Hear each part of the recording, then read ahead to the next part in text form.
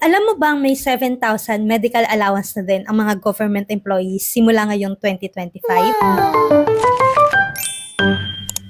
Ito ay alinsunod sa EO number 64 Series 2024 na nilagdaan noong August 2, 2024. Layunin nitong bigyan ng subsidiya ang mga government employee para sa HMO-type benefits. At para maipatupad ito, naglabas ang DBM ng Budget Circular number 2024-6 noong December 12, 2024, kung saan nakasaad ang guidelines kung paano natin makukuha ang allowance. Alam nyo rin ba na pwede itong ibigay in cash form?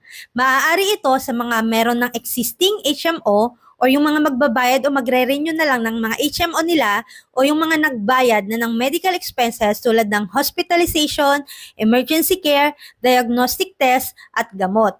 O yung mga walang access sa HMO dahil malayo sa branch o na-deny na sa application. Pero paalala lang sa mga makakakuha